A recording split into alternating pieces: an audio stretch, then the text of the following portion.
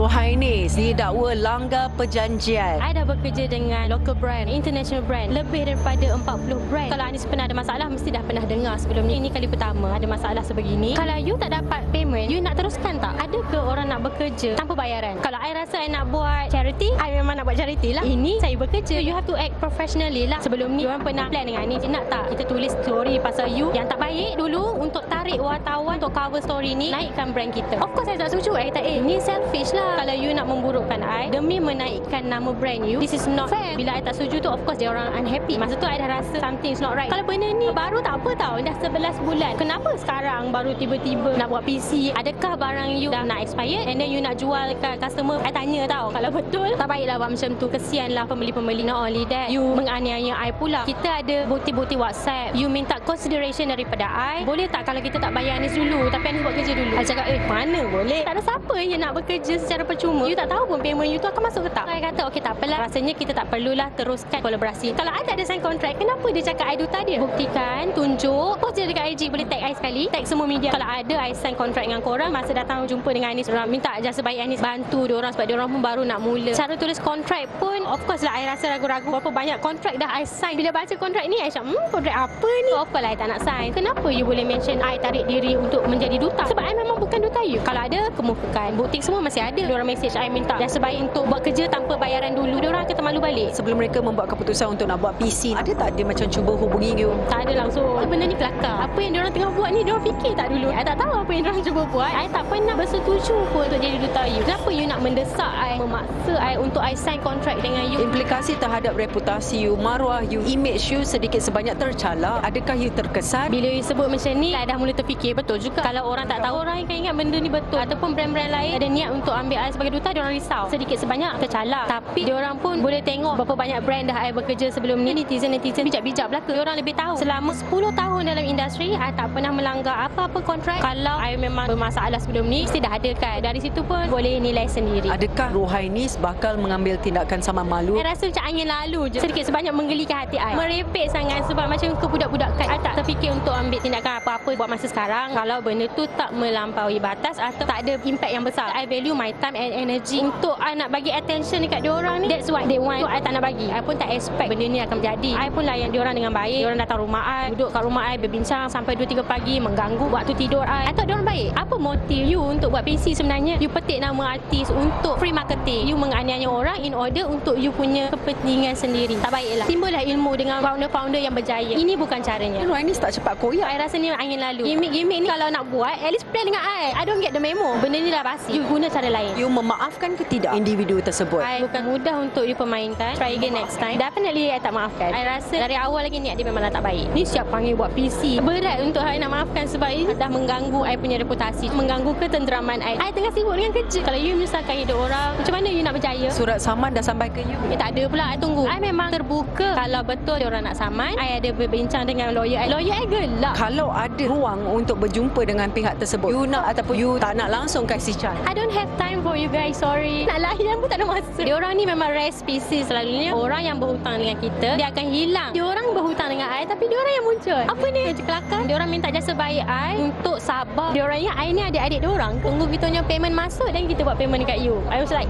kalau tak bayar payment I tu tak apalah. Tapi kalau boleh, jangan lupa bayar payment videographer kita masa event tu. Kita busy. Kalau awak free, mungkin awak boleh cari pasal dengan orang yang free juga.